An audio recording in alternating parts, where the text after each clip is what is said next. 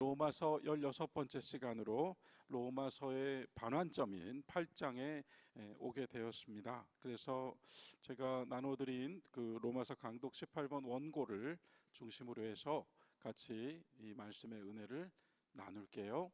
앞서 제가 권사님의 기도 가운데 주님의 향기, 정말 우리 성경에서 우리에게 알려주신 여러 표상 중에 향기라고 하는 표상이 참 다시 한번 놀랍다 하는 생각을 해보았습니다. 제가 어느 가곡에 즐겨 듣는 가곡의 가사 중에 이런 구절이 있어요.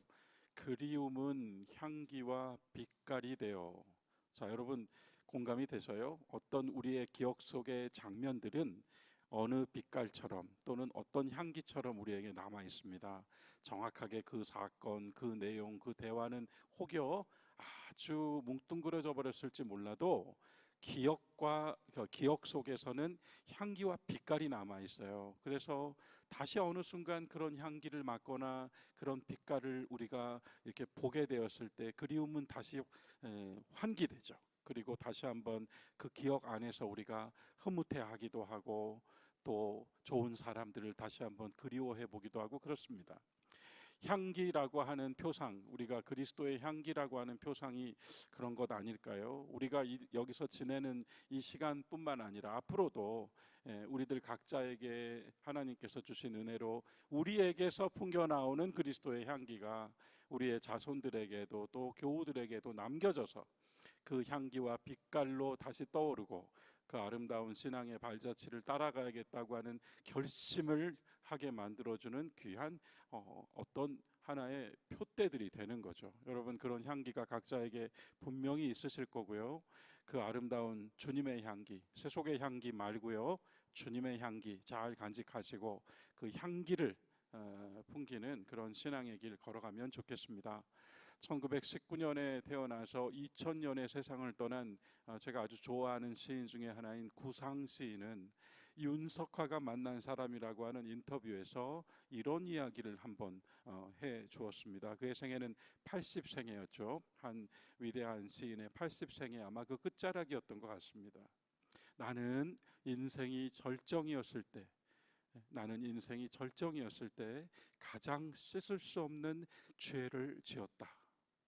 우리는 알 수 없어요. 하지만 그 말의 행간 속에서 굉장히 많은 그 울림이 있습니다. 사실은요, 절정에서 무너지죠. 선줄로 생각한 자 넘어질까 조심하라. 정말 귀한 교훈의 말씀 아닌가요? 절정이었을 때 씻을 수 없는 죄를 지었다. 결국 그 이후로 하나하나 참회하면서 나는 생의 마지막을 향하여 걸어가고 있다. 이런 인터뷰의 한 시인의 인터뷰라 그런지 인터뷰의 내용도 마치 식구 같아요. 그러나 새겨볼 수 있는 자리가 있습니다. 삶이라고 하는 것이 무엇인가? 내 예수를 만났다는 것이 무엇인가? 내 예수님을 만나기 전에 나는 어떤 사람이었고 예수님 만나고 나서부터의 나의 삶은 어떤 내용이었는가? 나는 그리스도를 만난 후로 기쁘고 감사하며 동시에 나라고 하는 존재를 놓고서는 참회하듯 하나하나 버려가면서 걸어가는 시간이 아닌가, 그런 생각을 해보게 하는 시인의 인터뷰 내용입니다. 강독 15번 마지막 부분에서 제가 지난 시간에 읽지 않았고 그것은 좀 읽어봐 주십사 부탁드리고 마쳤던 기억이 있는데요. 우리 페이지를 가지고 계신 분들은 보시고 제가 한번 다시 그 강독 15번의 마지막 패러그래프를 읽어보도록 하겠습니다. 내용을 그대로 읽어보도록 하겠습니다. 로마서 7장, 여러분 기억하시죠? 제가 좋아하는 한 원로 장로님이 인생의 말씀이라고 했던 로마서 7장, 살면서 가장 신앙인으로서 내가 붙들고 있었던 말씀은 바로 이것이었다. 내가 아무리 선한 일을 하려고 해도 내 육신이 선한 일을 할 수 없게 만드는 또 하나의 힘이 존재하고 있더라. 마가복음 7장을 함께 우리가 로마서 7장과 겹쳐 보았습니다. 지난 시간에 마가복음 7장을 읽고 저는 성경의 모퉁이에 이런 글을 적어 놓았습니다. 사람의 마음이란 다른 사람을 더럽히지 않도록 주의하고, 우리 마음에서 나온 것이 다른 사람을 더럽히지 않도록 주의하고 또한 우리가 사람들을 대하면서 다른 사람으로 인하여 더러워지는 것을 주의하라.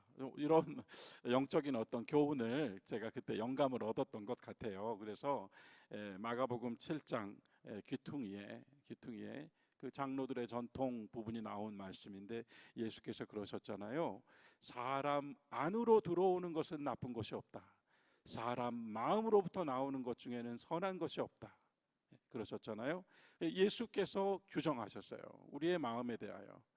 우리 자신도 알 수 없는 우리 마음에 대하여 성경의 규정은 그 안에서 선한 것이 나오지 않는다는 거였습니다. 그래서 항상 마음의 촉각을 곤두세우고 내 마음을 다스리고 내 마음을 지켜야 되겠죠. 무릇 지킬 만한 것 중에 내 마음을 지키라. 생명의 근원이 여기서 남이니라. 잠언의 말씀이죠. 우리의 마음을 지키는 거예요. 그게 저는 이거라고 생각했어요. 나의 마음에서 나온 것이 다른 이를 더럽히지 않도록, 또한 다른 이로부터 나온 것으로 내가 더러워지지 않도록 깨어있자. 누구도 깨끗하지 않습니다. 손을 아무리 씻어도 마음은 씻어낼 수가 없어요. 사람의 생각을 더럽히고 입술을 더럽히고 행위를 더럽히고 삶을 더럽히고 인생을 망가뜨리는 그 사람의 마음 속에 있던 것들, 그 무엇도 깨끗하지 않고 그것으로 자기 자신을 상하게 할 뿐 아니라 다른 이도 상하게 할 수 있다는 것을 잊지 말아야 된다는 겁니다. 그래서 예레미야에 있는 말씀처럼 예레미야 17장에 만물보다 거짓되고 부패한 사람의 마음이라고 했고요. 내 눈에는 결코 보이지 않는 나의 마음을 나는 어떻게 하며 살아가야 할까? 어떻게 함으로써 나는 하나님 앞에 이 마음을 들고 설 수 있을까? 로마서 7장 25절에서 사도 바울이 이와 같이 해결되지 않는 자기 존재의 문제를 이렇게 해결했다고 선언을 하는 거죠. 그래서 7장 25절에서 이제 우리 주 예수 그리스도로 이렇게 나옵니다. 여러분, 이것이 지난 시간 마지막에 우리는 마음에 대해서 굉장히 마음 중요하죠. 마음 중요합니다. 오늘날 우리가 이야기할 때 마음 아프고 마음 상하고 마음 괴롭고 마음 병든 사람이 너무 많잖아요. 그래서 우리가 그 마음에 대하여 심리적인 방법으로도 철학적인 방법으로도 의학적인 방법으로도 접근합니다. 그런데 성경은 이 마음에 대하여 이렇게 대답을 해주고 있는 것입니다. 우리의 마음은 우리가 지킬 수 없다고요. 우리의 마음은 하나님의 영으로서 예수 그리스도의 은혜로서 지켜진다고요. 그래서 우리의 마음에서 비롯되는 것이 우리를 더럽히고 다른 이를 더럽히지 않도록 항상 지켜나가자고요. 아울러서 항상 사람의 마음들을 만날 때 우리가 깨어 있자고요. 이런 이야기를 해봤습니다. 로마서 16번 오늘 페이퍼를 다시 열어볼까요, 여러분?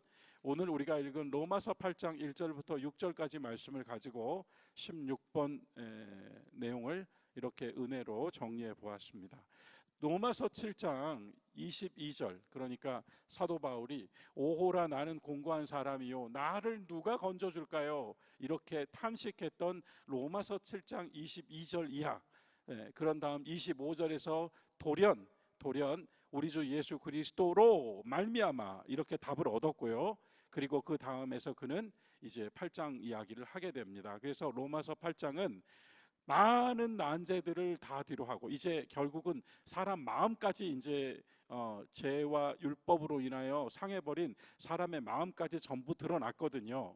우리의 마음이 깨끗하지 않다는 게 드러났거든요. 그런데 우리가 그럼 어떻게 해방될 수 있을까요? 이 몸으로 살면서요. 그 해방의 길로서 비로소 제시되고 있는 것이 로마서 8장, 성령으로 해방될 수 있습니다. 성령 안에서 해방될 수 있습니다. 이렇게 로마서 8장이 선언하고 있습니다. 그런 가운데 7장 22절부터 8장 2절까지 4개의 법이 나왔다고 말씀드렸어요. 그 내용 보겠습니다. 1. 하나님의 법, 마음의 법, 육체의 법. 로마서 7장 22절부터 8장 2절까지 4개의 법, 다른 말로 하면 법칙이 존재하고 있다는 것을 확인하겠습니다. 법이라고 하는 것도 그렇고 법칙이라고 하는 것도 한치의 틈이나 여지를 주지 않죠. 또한 법칙이라고 하는 건 다른 가능성이 한치도 들어올 수 없는 겁니다. 그렇게 되면 더 이상 법칙이 아니죠. 법칙은 말 그대로 그 자체가 하나의 진리로 성립되어 있는 거예요. 참인 거예요. 그래서 어떤 다른 가능성 0.0001%도 들어올 수 없는 게 법칙입니다. 그런데 성경은 세 개의 법칙이 우리 존재 안에 있다고 했습니다. 세 개의 법칙이요. 사람이 살면서, 특별히 그리스도인으로 살면서, 로마서는 특별히 로마서 7장 이하는 믿는 사람을 대상으로 선포된 말씀이에요. 믿는 사람을 대상으로요. 그래서 그리스도인으로 살면서 이미 그리스도인에게 적용한 말씀이 결국 이 네 가지에 의해서 우리가 영향받고 살고 있다는 거예요. 우리가 마음 지키려고 해도 지켜지지 않는 이유가 여기 있다는 겁니다. 그 첫 번째 법 또는 법칙, 첫 번째 우리가 피해갈 수 없는, 회피할 수 없는 것, 그것은 내 속사람으로는 하나님의 법을 즐거워한다입니다. 하나님의 법이 있습니다. 믿는 사람이든 믿지 않는 사람이든, 나중에 제가 또 한번 썼는데요, 모든 생명에는, 모든 인간에, 여러분 생명도 법칙이 있잖아요. 그 법칙을 누가 부여했겠단 말이에요. 그 생명에. 모든 생명은, 모든 인간은 앞에 하나님의 법을 두고 있습니다. 여러분 두고 계실 거예요. 모든 존재자는 하나님의 법을 앞에 두고 있습니다. 앞에. 자, 그것이 7장 22절이에요.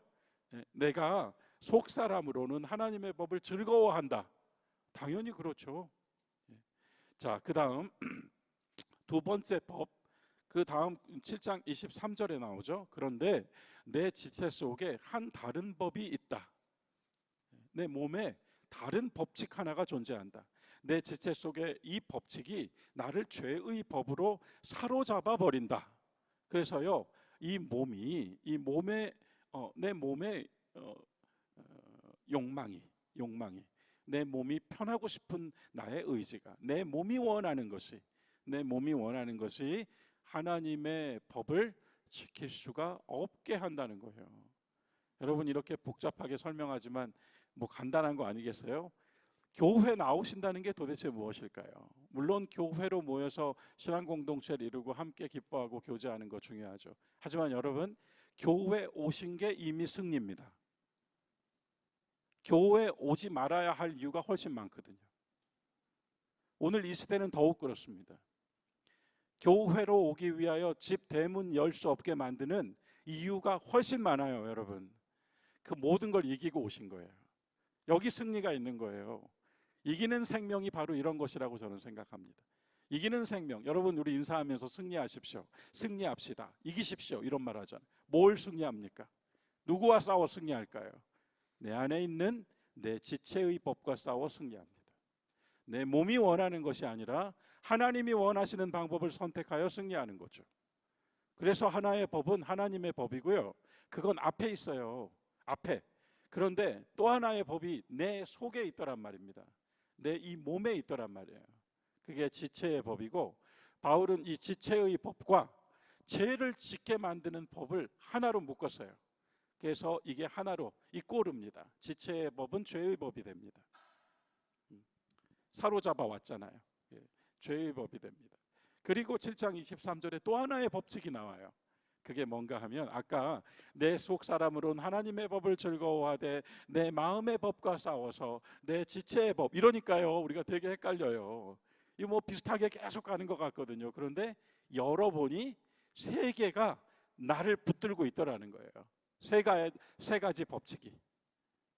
하나는 하나님의 법, 하나는 내 몸에 있는 법, 또 하나는 내 마음에 있는 법. 그래서 예수님 그러셨죠. 마음은 원이로되 육신이 약하도다. 내 마음에 있는 것. 그래서 이 마음의 법이라고 하는 거는요, 결국 이렇게 표현할 수 있을 것 같아요. 선과 정의를 추구하고 평화와 사랑을 원하는 내 자아 가운데 있는, 우리는 여러 표현을 쓸 수 있어요. 철학자들 너무나 많은 표현을 썼어요. 윤리학자들 너무나 많은 표현을 쓸 수 있습니다.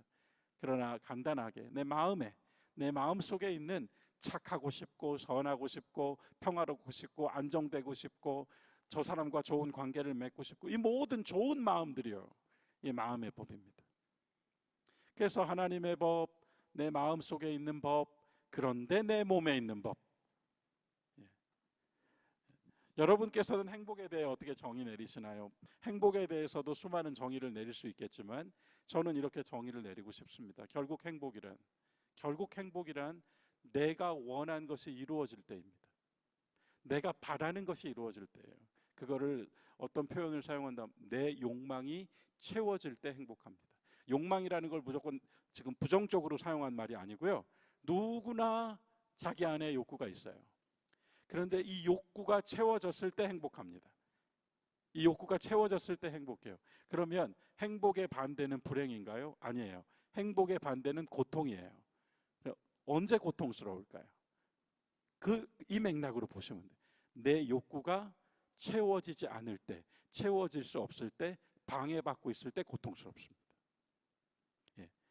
욕망이라고 하는 거를요 무조건 네거티브로 지금 쓰지 않습니다. 제가 내 안에 여러분과 저 안에 있는 거예요. 있는 거. 근데 이게 충족되면 행복해요. 근데 이게 충족되지 않으면 고통스러워요. 그런데 하나가 더 나옵니다. 인간의 심리에서 행복과 고통, 그리고 하나가 더 있어요. 그게 뭐냐면 권태가 있습니다. 언제 권태스러울까요? 인간은 언제 권태감을 느낄까요? 무료하다. 언제 권태할까요? 여기에 대한 대답은 내가 원하는 것이 이루어지고 또 원하는 것이 이루어질 때까지의 거리가 길어질수록 권태가 생깁니다. 이건 조금 철학적인 사유입니다. 그러나 우리가 권태까지는 얘기를 안 하더라도 행복에 대해서 얼마든지 정의 내릴 수 있겠습니다만 결국 행복이란 내가 원하는 것 또는 우리가 원하는 것이 이루어졌을 때 행복해요. 그게 이루어지지 않거나 방해받거나 이루어질 수 없다고 단정되었을 때 우리는 고통을 느낍니다. 다시 돌아와서요. 이 욕구가 가장 강하게 작용하는 데가 어디예요? 몸이란 말이에요. 몸이란 말입니다.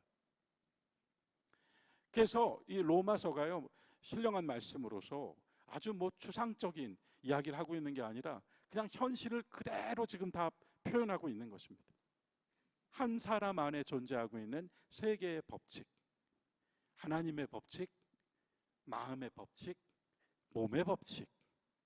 결국 이 세 개가 끊임없이 싸우는데 항상 지더라는 겁니다. 이 몸한테요.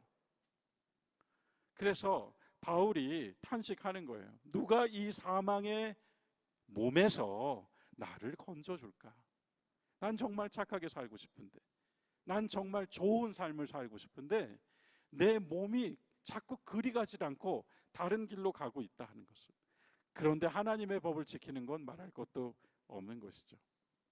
그래서 바울의 탄식이 7장 24절의 탄식이 나오게 된 거예요. 이게 첫 번째 패러그래프입니다. 여러분 조금 이해가 되셨죠? 이게 우리들 존재에 대한 성경의 규정입니다. 로마서가 우리들 존재에 대하여, 여러분 철학자들이 수없이 존재에 대해 얘기했잖아요. 다 걷어버리고 성경이 인간 존재는 누구인가에 대해서 분석해 놓은 것이 로마서 7장 22절부터란 말이에요. 로마서 7장이란 말이에요. 세 개의 법칙이 상존하는 자. 자, 그런 가운데 2번, 그 이름 예수, 그리고 네 번째 법. 2번에서 이제 반전이 오죠. 이미 7장 25절에서 반전이 왔어요. 7장 24절에서 사망의 몸이라고 선언했고요. 7장 25절에서 우리 주 예수 그리스도로 말미암아가 나왔습니다. 계속 볼게요. 2번, 결국 사도 바울은 그리고 우리들은 자신의 능력과 의지로는 구원에 이를 수 없다는 것을 깨달았고요. 여기서 앞서 7장에서 바울이요 10계명에서 마지막 계명인 탐하지 말라고 하는 마지막 계명을 언급하면서 율법조차도 나를 노예로 만들어 버린다고 했고요, 죄도 나를 노예로 만들어 버린다고 했어요. 하나님께로부터 온 율법도 나를 괴롭힌다 이렇게 얘기했단 말이에요. 그 괴롭힘, 그걸 바울은 극단적으로 나를 죽인다라고 했어요. 나를 죽인다. 율법도 나를 죽인다. 그런데 마지막 10번째 계명만 언급했어요. 왜일까요? 왜 10계명에서 마지막 계명만 언급해서 뭔가를 설명하려고 했을까? 그거를 2번에다가 제가 써보았습니다. 여러분 혹여 10계명을 다 외우고 계시겠는데 1계명부터 4계명까지는 하나님을 향하고 있죠. 마지막 네 번째 계명이 뭐였죠? 안식일이죠. 다섯 번째 계명은 무엇이었습니까? 내 부모를 공경하라. 이 계명은 놀랍죠. 이 내 부모를 공경하라는 하나님을 향하고 있기도 하고 동시에 나의 부모님을 향하고 있기도 해. 그래서 하나님을 향하고 또 내 부모님을 향하는 이 동시적 계명이요. 내가 부모님을 공경하고 부모님을 섬기고 사랑하는 것이 바로 이 근원을 따져 올라가면 결국 우리 할아버지 중에 할아버지인 하나님께까지 간다는 거죠. 그래서 내 부모를 공경하라가 5번째, 6번째부터는 이웃을 향한 계명이죠. 세상을 향한 계명인데 6번째 계명이 살인하지 말라예요. 7번째 계명이 뭐죠, 여러분? 간음하지 말라. 8번째 계명은 도둑질하지 말라. 9번째 계명은 거짓 증언하지 말라. 이 계명의 순서를 아주 쉽게 외울 수 있죠. 이 계명의 순서를 보시면 제일 벌이 큰 것부터 내려오잖아요.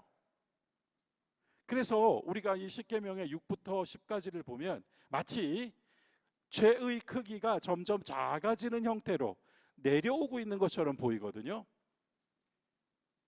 그래서 가장 큰 죄인 살인죄부터 9번째 계명에서 거짓말까지. 그런데 여러분, 사실은 이 계명들이 내려오고 있는 계명이 아니라고 저는 말씀을 드리겠습니다. 내려오는 계명이 아니다. 모든 계명이 다 중요하다고 어느 하나를 경중을 따질 수 없다는 게 전제되어 있고요. 야고보서 2장 10절에 보시면 이런 말씀이 있어요. 누구든지 온 계명을, 율법을 다 지키다가 그 하나를 어기면 나머지 모든 법을 다 범한 것이다. 이렇게 단언하고 있습니다. 그러니까 어느 한 계명도 이거는 세상 말로 퉁칠 수 있는 게 없어요. 여러분, 거짓말하는 것을 퉁칠 수 없다고요. 마음속에 있는 것과 입으로 말하는 게 다른 걸 퉁칠 수 없단 말이에요. 사람은 속일 수 있지만 하나님은 속일 수 없단 말입니다. 엄중한 말씀이죠. 그런 가운데에서 이 10계명의 6부터 10까지의 순서는 벌이 점점 작아지는 것으로 하강하고 있는 것이 아니라, 저는 이렇게 보았습니다. 내려오는 것, 약해지는 것이 아니라 우리가 죄와 타협해버리는 순서예요. 우리 절대 살인 안 하죠. 간음해서는 안 되죠. 도둑질 안 하잖아요. 근데 점점 타협이 되죠. 이 정도쯤은 점점 저 이 순서로 보여져요. 우리가 타협하는 순서. 그래서 마지막에 좀 필요할 땐 속일 수도 있죠. 그래서 우리가 죄와 타협해버리는 순서가 10계명의 6부터 10까지. 또 하나 제가 본 것은 내가 싸워 이길 수 없는 상대의 순입니다. 우리가 의지로 살인 안 할 수 있어요. 우리가요 사랑으로 간음 안 할 수 있어요. 우리가요 상대의 것을 존중함으로 도둑질 안 할 수 있습니다. 그런데 여간에서 이기기 힘든 것들이 점점 나와요. 그래서 맨 마지막에 제일 힘든 존재가, 제일 싸우기 힘든 존재가 뭐냐면요, 여러분, 내 마음속에 숨어있는 탐하는 마음이에요. 이게 제일 힘든 존재, 제일 힘겨운 상대입니다. 강한 자예요. 그래서 결국은 점점 벌이 약해지는 게 아니라 점점 센 죄입니다. 점점 센 죄. 바울이요 이 10번째 계명만 딱 이야기를 해요. 율법 얘기를 하면서 내가 율법을 몰랐다면 내가 죄인인 줄 몰랐을 것이다. 그런데 내가 율법을 알아버리고 나니까 내가 죄인이 되어버렸다. 그러면서 하는 얘기가, 내가 옛날 같았으면, 율법을 알지 못했으면 내 마음속에 뭔가를 탐하는, 나 저것도 갖고 싶고, 나는 저 사람처럼 살고 싶고, 나는 저렇게 해보고 싶은 내 마음의 모든 탐하는 마음이 죄인 줄 몰랐다. 사람이 다 그렇지 뭐, 갖고 싶죠. 누구나 갖고 싶지. 너 갖고 싶어하는 마음 내가 이해한다. 그럴 거 아닙니까 우리가. 그런데 율법의 마지막 10번째 계명을 보고 나니까 이게 모조리 죄가 돼버리더라는 거예요. 탐하지 말라. 그래서 바울이 탄식하는 거죠. 이길 수가 없구나. 이길 수가 없다, 이 상대를.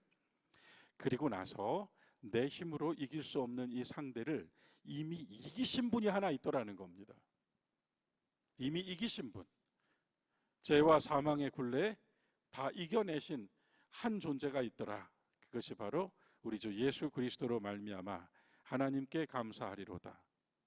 그런즉 내 자신이 마음으로는 하나님의 법을, 육신으로는 죄의 법을 섬기노라. 7장 25절도 참 독특하지 않아요?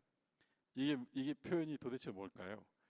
아마 읽으시면서 7장 25절에서 이게 무슨 말일까? 내 마음으로는 하나님의 법을, 육신으로는 죄의 법을 섬긴다고요? 그럼 죄를 짓겠다는 얘기네요, 계속? 아니요, 인정해버린 겁니다. 인정해버린 거예요.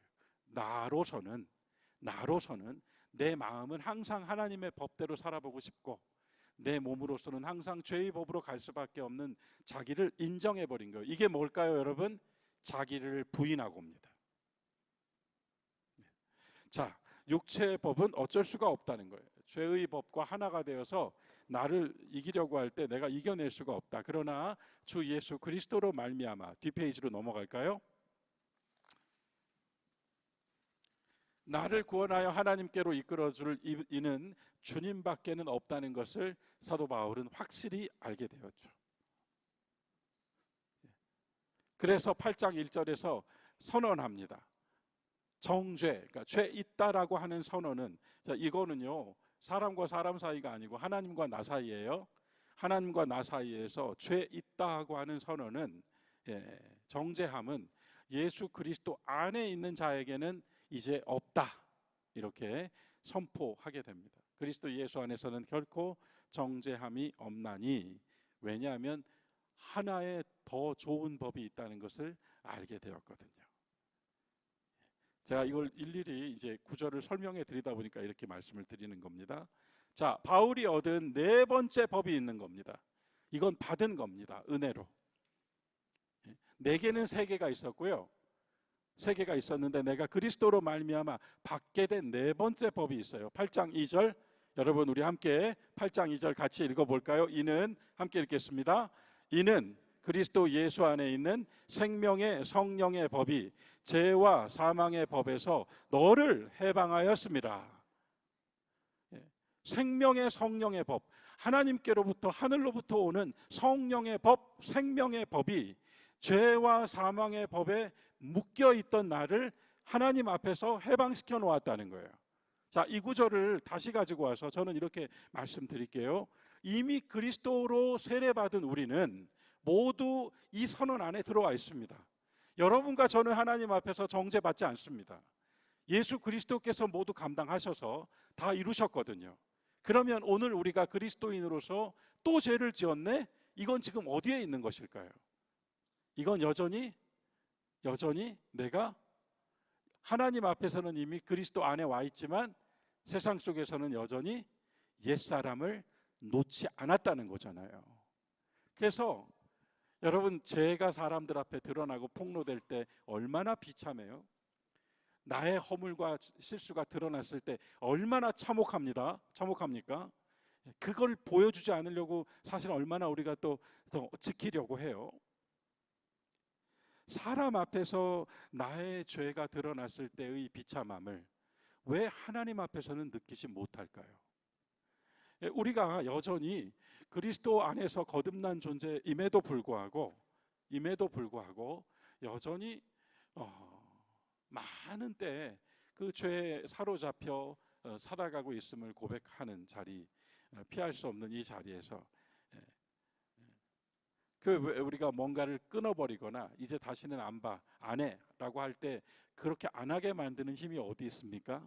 너무 싫어져 버리잖아요. 그게 그 냄새가 싫어지고 그 자리가 싫어지고 그런 어떤 분위기가 싫어져 버리잖아요. 그럼 안 가게 되잖아요. 나 너무 싫어, 이제 그거 두 번 다시 안 하고 싶어.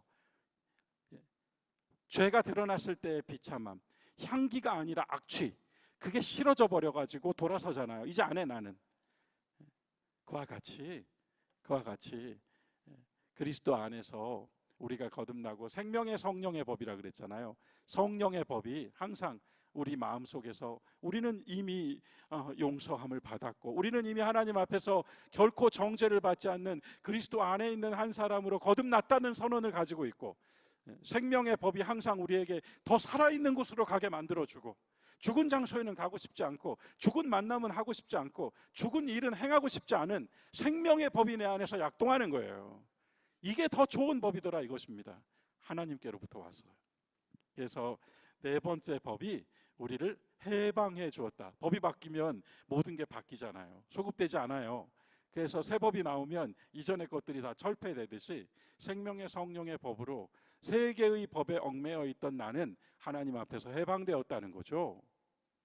그러므로 우리가 오늘 살면서 그리스도인으로 산다라고 하는 것을 로마서가 들려주고 있는 이야기는 여러분과 제가 그리스도 안에서 산다는 거예요.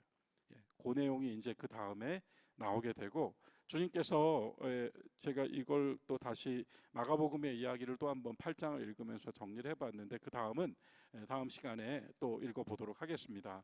주님께서 여러분과 저를 이미 구원하셔서 다 이루셨다고 했잖아요. 그래서 이런 생각을 한번 해보세요. 주님이 다 이루셨다고 하는데 주님의 십자가 구원이 아직도 당신에게 부족합니까? 또 뭐가 필요한가요? 예수님의 십자가의 보혈 말고 다른 게 필요한가요? 다 이루었다 하신 하나님의 선언 외로 또 다른 선언이 필요한가요? 필요 없잖아요. 예수님 다 이루었다고 하셨잖아요. 여러분과 제가 다 이루신 삶 안에, 사랑 안에 있잖아요. 그래서 이미 구원받은 우리가 또 뭔가 그거에는 악취가 나는 거예요. 싫어져야 되는 거예요. 이제 그건 끊어야 되는 거예요. 그만해야 되는 겁니다. 멈춰야 되는 겁니다. 죄는. 이걸 이야기한 겁니다. 법으로 하는 것이 아니라 내 안에 생명이 원하지 않게 되는 것이고 하나님의 성령이 이끌지 않는 것이 되는 겁니다. 그래서 생명의 성령의 법으로 우리는 해방되었다. 이것이 로마서 8장이고요. 로마서 8장에서 그렇게 우리는 성령으로 해방됩니다 하는 귀한 은혜의 말씀이 더해져 있습니다. 오늘 이 시간 로마서 공부가 또 의미 있으셨길 바라고요.